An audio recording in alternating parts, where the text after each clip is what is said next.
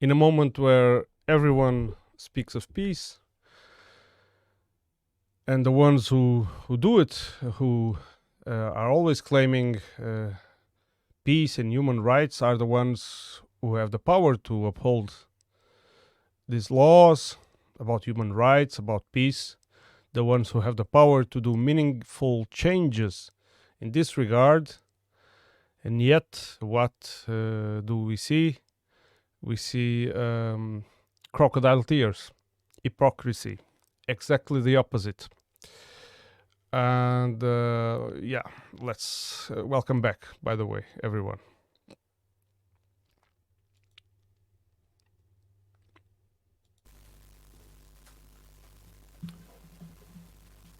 Good morning. On Wednesday, President Biden will visit Israel. He's coming here at a critical moment for Israel, for the region, and for the world. And he's coming here to do the following.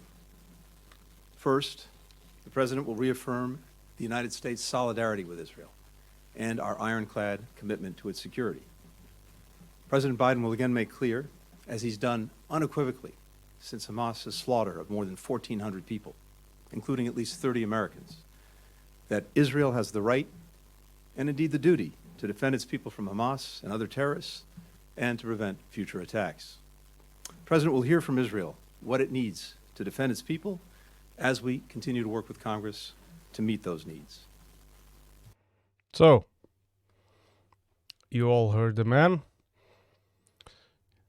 To hear President Biden goes to Israel to hear what Israel needs, to meet the needs of Israel. To do what? In order to pursue the genocide that is being perpetrated in Gaza. Of course, Mr. Blinken unexpectedly only mentions Hamas slaughter, Hamas done this, Hamas done that. Yeah. Second, President Biden will underscore our crystal clear message to any actor, state or non-state, trying to take advantage of this crisis to attack Israel. Don't. To that end, he's deployed 2 aircraft carrier groups and other military assets to the region. Third, the President will continue to coordinate closely with our Israeli partners to secure the release of hostages taken by Hamas, including men, women, small children, Holocaust survivors. Men, women, small children, of course. They have to be small, right? They're children. But small children gives it a different emphasis. This is propaganda, of course. The most important part is that when you want to appease a conflict, what you do, you send aircraft carriers. And by the way, 2,000 Marine personnel to the coast of Gaza, combat ready. And American citizens as an indispensable humanitarian effort. Fourth, President Biden will receive a comprehensive brief on Israel's war aims and strategy. Fifth, the President will hear from Israel how it will conduct its operations in a way that minimizes civilian casualties and enables humanitarian assistance to flow to civilians in Gaza in a way that does not benefit Hamas. Minimize the civilian casualties. Have you seen the latest images of the bombings in Gaza? They are widely available, and I think it's good that they are, so everyone can see what utter nonsense Blinken is talking about, because they are actually telling people to move from one place to another inside the open-air prison that is Gaza, and then bomb them along the way, and bomb them in the supposed safe destinations. So I really don't know what Blinken talks about when he says minimize the civilian casualties, and at the same time preventing this aid to reach Hamas. It's funny how the distinction between the Palestinian people and Hamas is always pointed out in every speech, but the consequences on the ground do not distinguish, the bombs that Israel throws do not distinguish Hamas from civilians. And this is never mentioned, or rarely mentioned, or mentioned in a very subtle way by the American authorities. To that end, today, and at our request, the United States and Israel have agreed to develop a plan that will enable humanitarian aid from donor nations and multilateral organizations to reach civilians in Gaza, and them alone, including the possibility of creating areas to help keep civilians out of harm's way. It is critical that aid begin flowing into Gaza as soon as possible. We share Israel's concern that Hamas may seize or destroy aid entering Gaza, or otherwise preventing it from reaching the people who need it. Aid is not flowing into Gaza because Israel is not allowing it, and that's the only reason, period. And so, while the US and Israel draw their plan, their master plan, and Biden, in his dementia, listens to the Israeli military plans, civilians, over a third of which are children, are dying from the Gaza bombings, or from the direct impact of the bombs, or dying afterwards from the wounds. At the same time, Gaza does not have electricity, gas, water, food, and people do not have anywhere to go. Anywhere to go. It's just a bag where bombs fly in and no escape is possible. If Hamas in any way blocks humanitarian assistance from reaching civilians, including by seizing the aid itself, you see, if Hamas blocks humanitarian assistance from reaching civilians, it's Israel that is doing that. It's Israel that is doing the terrorism that they accused Hamas of. We in this channel condemned any terrorist act by any side. But what Blinken is saying is twisting the truth and making you believe that he is trying to transform the aggressor in the victim. we'll be the first to condemn it, and we will work to prevent it from happening again. We welcome the government of Israel's commitment to work on this plan. The President very much looks forward to discussing it further when he's here on Wednesday. Thanks very much. So, this is crystal clear. There is a clear intention of aiding Israel in its military objectives. We have seen now in the latest days journalists targeted. Also, the increase in attacks from settlers, from Israeli settlers in the West Bank. And it's just the escalation is just unbelievable, and it's causing unbelievable suffering. I mean, just for instance, in Gaza, the medical personnel there who is doing everything they can to aid the people, they say they're out of painkillers, out of basic medicine, out of any mean to treat patients. And so you can try to imagine this kind of situation, humanitarian situation, and then you match that humanitarian situation, that those graphic images are widely available, you match them to the words of Mr. Blinken and see how compatible they are. For example, in Associated Press, AP News, there is a headline: Israel bombs Gaza region where civilians were told to seek refuge as mediators try to unlock aid. And talking about mediation to unlock aid, today was a proposal at the UN Security Council, a proposal made by Russia. And if this proposal were approved, the UN would send a strong message for ceasefire to take immediate place and for humanitarian aid to be allowed inside Gaza. But this resolution did not pass.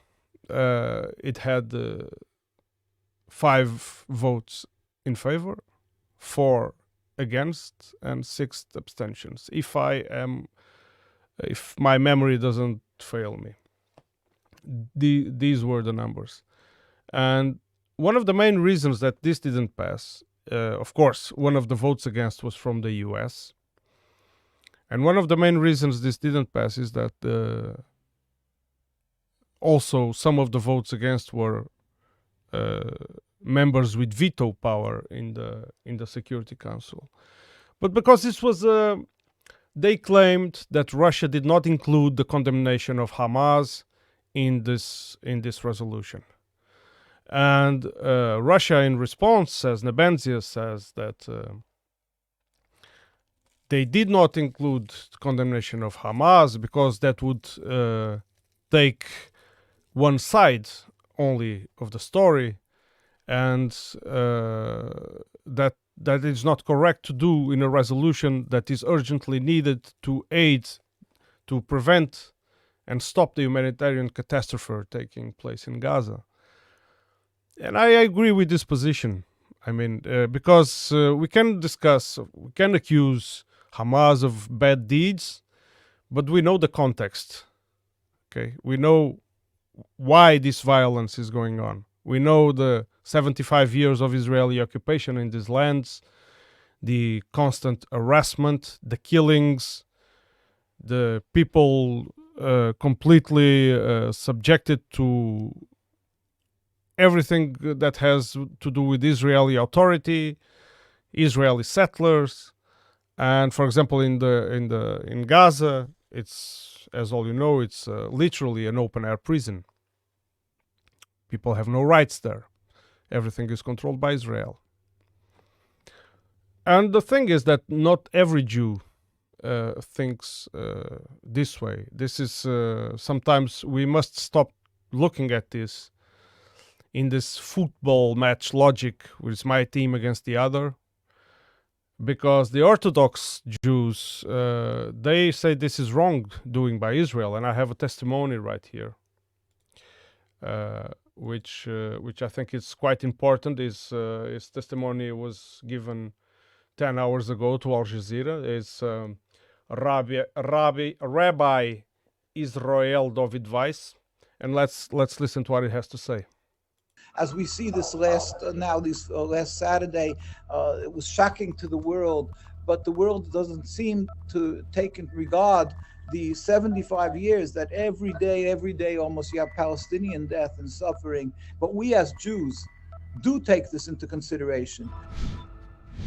It's not how I personally look at this. It's how, as a Jew who's observant, who's following the rules of the Judaism, of the Torah, Judaism is subservience to God. That's what it's all about. It's a religion of 3,000 years, while Zionism is a mere 150 years. It's a transformation to nationalism, to have a piece of land. It's a political movement. It's a materialistic movement. It was started by Jews who are non-religious, and they're simply incorporating, using the name Israel, using the Star of David, and claiming that it's a God, it's given to them by God. And we who are following the Torah, who are true to the Torah, stand up adamantly refuting what they're saying.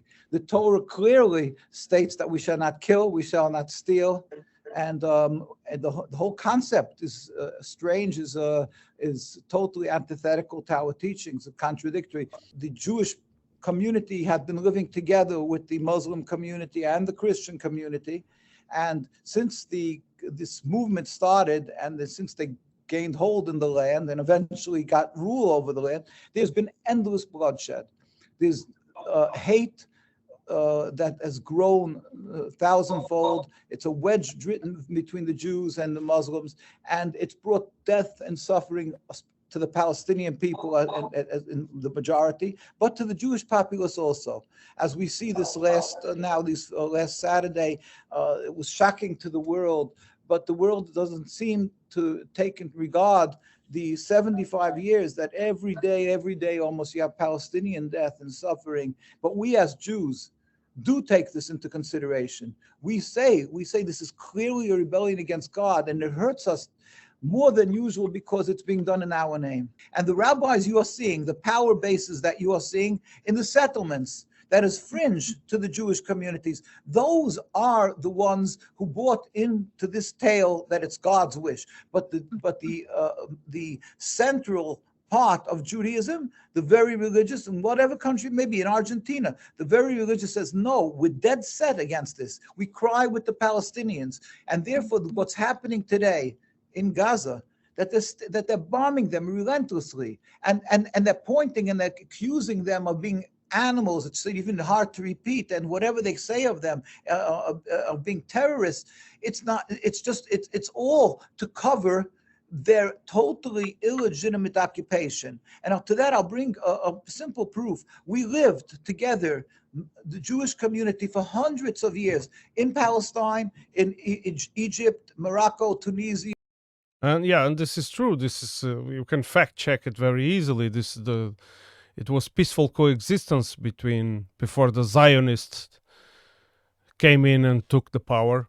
And it's like this rabbi says, they are distorting religion. They are claiming that it's God's will that wants them to occupy that land, and so they feel like they have the green pass or the blank check or whatever you want to call it to treat Palestinians as animals. And you have open statements. I mean, you have hours and hours and hours of journalism that documented this. Many of alternative media, but nevertheless excellent quality work. And I say maybe nevertheless is a word misused here, because we see more and more that the mainstream media is doing a very, very bad job at reporting the truth, which is the purpose of journalism.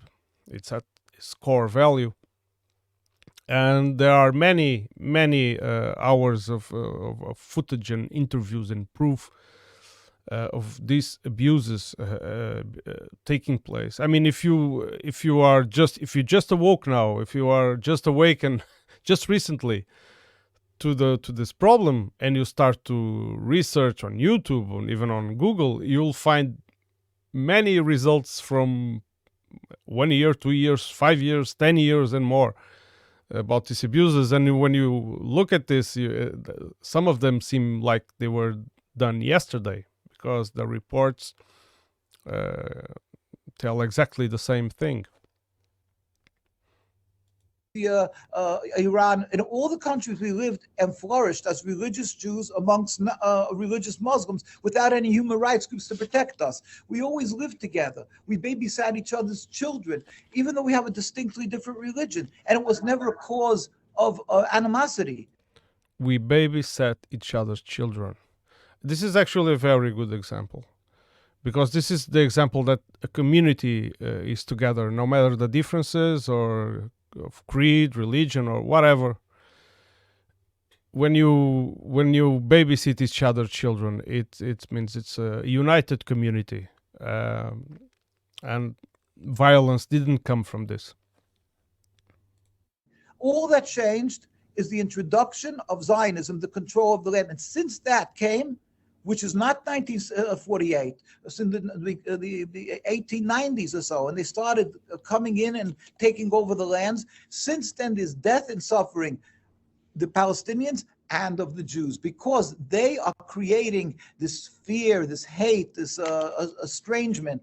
We can show many pictures how the Jews live together. Anybody old Arab will tell you, and every old Jew, how we used to babysit each other's children, like I say, and help each other. And I've had many stories of people will tell us. So it's clearly what these Ben Gvir and these other people are saying. They are coming from Mizrahi. That is that segment that is religious Zionists, but not the central, what we call the Eid Chorei, this God-fearing community, and around the world. We stand in total opposition, and it hurts us, and we have no words for the suffering, the Palestinians. That's why we came out, let's say even today. Yes, we go out in tens of thousands, but we would have hundreds of thousands demonstrating constantly, but the fear of the repercussions from the Zionists, because they're vicious. We went out, 2 days ago to Manhattan. We demonstrated. I came back, the tar cars were slashed, the mirrors were broken. This is. The Zionists are vicious. Those are not my words. You heard the man. And they are indeed. They are violent and vicious. and even this Jews are afraid. He was saying that hundreds of thousands would be at the streets if they were not afraid of reprisal, repercussion of violent acts from the Zionists. Nothing to what they threat. They have death threats, and in Jerusalem and Al Quds and in the other parts of occupied Palestine, they people get killed and arrested and so forth. So there's a reason why there's less of a voice that you will hear, even though our communities are full in opposition to Zionism. Okay, I'll stop it here. You can go to Al Jazeera in English, the YouTube channel, and listen to the rest of it if you wish. But this only serves to say, well, this is the pretext, right? This is the motivation for the Zionists to do what they do, to Israel to do what it does. But, of course, this is only possible with the support, with the strong support, mainly from the United States. I mean, you heard Blinken. They go, suddenly they forgot about Ukraine. Suddenly, because their baby Israel, it's their cutest son and it's their most beloved son, asked for help, so they forgot everything else and went in to aid in Israel. I mean, immediate moving aircraft carriers and troops and everything, and promising 10 billion in aid, and I mean, it's insane. Right, and it has to be understood that this is only possible because our society, also the Europeans, are joining in. I mean, the Europeans, it's a shame. I feel ashamed to hear Mrs. Ursula von der Leyen, the low-cost incarnation of evil on earth, and Mr. Michel. I mean, it's just disgusting. I mean, they don't represent me for sure. And yeah. Let's just by the way, you heard about this recent sorry, let me see. Yeah, this recent shooting in Brussels was recent. It was like Monday. Yeah, yesterday it was. So today there was the news: police shot dead. This is also from Associated Press. Police shot dead suspected extremist accused of killing 2 Swedish soccer fans on a Brussels street. Well, this is a very serious matter, right? So, but why is this a problem? Because this goes to, you see a lot of news outlets trying to capitalize this because it were only a few hours after the succeeded deed, right? The succeeded crime. Only a few hours after, and the news outlets were already pinning this shooter to ISIS, pinning to Islamic extremism, putting the hypothesis of having something related with Hamas and Israel, and of course this is just throwing bullshit to the air, and then when it falls on everyone. Because when these claims are disproven, when things are checked and they are not like, or the message, the rumors are already spread. It's like a disease, it goes viral, and then suddenly the most distracted person hears the first word and says, so it's this terrorist from the Middle East or from North Africa or whatever. And this is this is poison journalism. This is not information, right? Associated Press does not give the worst account of it. So I've been reading through this article, but many other titles have done that, trying to capitalize on it, right? They try to tie it to the subject of the moment, or sometimes they have other agenda. I really don't know for each case. I just know there is a bad job. So, for example, I read now Brussels Associated Press.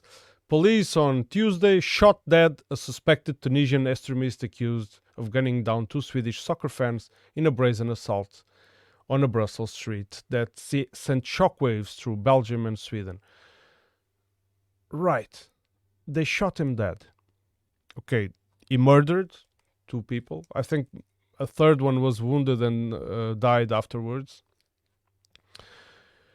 I saw the images, and it seemed that the I could almost swear that the shooter had intentions of killing those people. I don't know. They were Swedish nationalities. That's all we know. We don't know anything else. Supposedly soccer fans, right? So it does this. Nevertheless, as far as I'm concerned, at least I didn't get the memo that Europe was not the Wild West, right? Because they say they shot the man and then arrested him. But in any part of this article or any other article that I've read so far gives the details of the arrest. I mean, they shot the guy. Why? Did he resist? Did he shoot back? Did they try to run? What did happen? Okay, let's read a little bit more throughout the article. Hours after the suspect disappeared into the night and a manhunt was launched in the Belgian capital, Interior Minister Annelies Verlinden posted on X, formerly Twitter, that the perpetrator of the terrorist attack in Brussels has been identified and died. So this is, they identified him and he died. It's an awkward way to put it, to say the least. She thanked Belgium intelligence and security service as well as prosecutors for their swift and decisive action. The man was shot in Schaerbeek neighborhood near where the rampage took place. The weapon used in the assault was recovered. Amateur videos posted on social media on Monday's attack showed the man wearing an orange fluorescent vest pull up on a scooter. I mean, it was impossible to identify his face. I wonder how they identified him so fast. These are questions that arise in my mind. Take out a large weapon and open fire on people getting out of a taxi. He chased them into a building to gun them down. He was also filmed calmly loading his weapon as cars drove slowly by. I mean, because if they're going to shoot a guy just because he's wearing orange fluorescent clothes, I don't know. Questions remain unanswered over how a man who was on police files, fought to be radicalized and being sought for deportation, was able to obtain military weapon and launch such an attack. I make the same question. An illegal immigrant. I mean, illegal immigrants are. This kind of news goes to reinforce the hatred towards these people because he had an illegal weapon, he committed murders, but if you think about it, illegal immigrants are the most vulnerable people in society.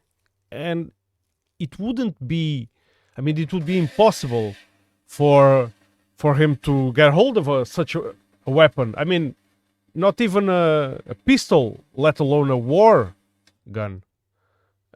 So this is at minimum sketchy, right? Because they seem to like, I don't know if some more news are gonna come about this, but it's very strange to say the least.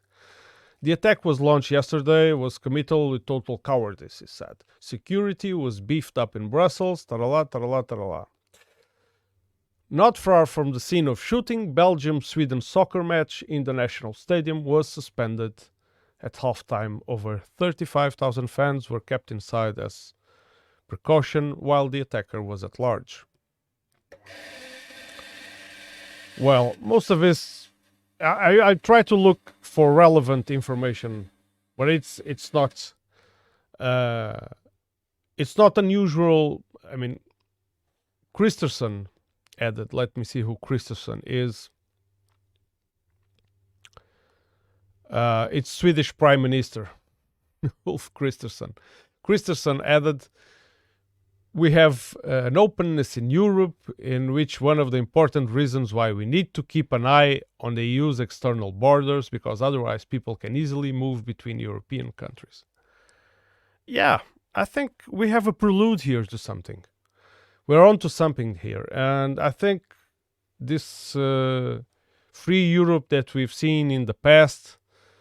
Everything was pink and wonderful, and people living with no borders. I think that's about to change, if I am not wrong. Don't know when it's going to happen, but this is just a hunch. Yeah, and so at least they say here that the so far as they investigated, this was not tied. They had the care to say this was not tied to the Hamas occurrence in Israel. At least that. But this is too late when you see like this cascade of titles, as I'm showing here. Belgian police arrests ISIS suspect. I mean, how would they know it's an ISIS suspect? Because someone heard him in a cafe saying, "I'm an ISIS member." It's like, okay, it doesn't make any sense. WION, which is a big outlet from India, ISIS terrorists. This is not just a suspect, it's ISIS terrorists. Right away, labeled. Times of India again, suspected ISIS operative. I mean, and this goes on, and this is not good. Okay. So going back to Gaza, I had to put that in the way because somehow many news outlets want to tie this all together, even if it's on a very subtle way, just to interconnect terms that people use. The word terrorist, for example, and the word ISIS, which has been tried to be tied to Hamas as well. We know who created ISIS, right? Let's not go into that right now.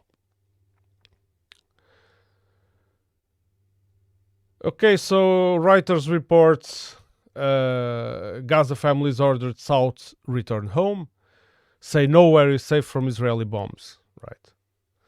And then there are titles here like Israel and Hamas at war. It's not Israel and Hamas at war. Come on. This is genocide being committed on an industrial scale against Palestinian people. I will repeat this as many times as I have because this is what is happening.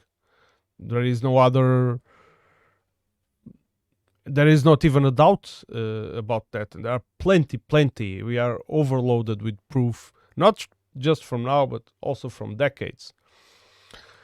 Okay, this is all for the short video I have from today. Well, not so short. I see 32 minutes already. Whoa, I didn't want to do it this long. But anyway, yesterday we've done here. We have a talk show here in Portuguese called Tanque de Ideias, or if you want to translate it literally, the idea tank. Or if you want to translate it correctly, it's inspired on the think tank, right? And where we discussed in Portuguese the situation in the Middle East, in the the conflict in Palestine. And because I know some of my English-speaking audience are Portuguese, and some of them has asked me why I wouldn't do these videos in Portuguese, and I'm here to answer that I also do videos in Portuguese. And you can go back to that one. The analysis has a bit more depth than the short videos, and it's an overview on the situation until the date of yesterday. And on YouTube, shortly there will be English subtitles available, as well as Russian and Mandarin subtitles. I cannot give my, I cannot guarantee the quality of the Russian and the Chinese subtitles because I'm not fluent in those languages. I barely know some basics. And so I have to trust YouTube to do the translation.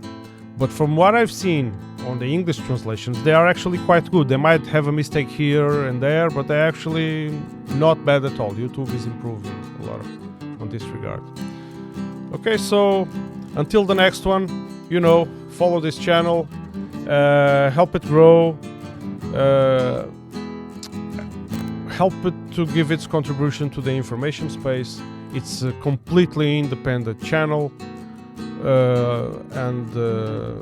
I mean, many other channels claim this, but this one is the one. This one is the genuine one. So see you the next one. Bye bye.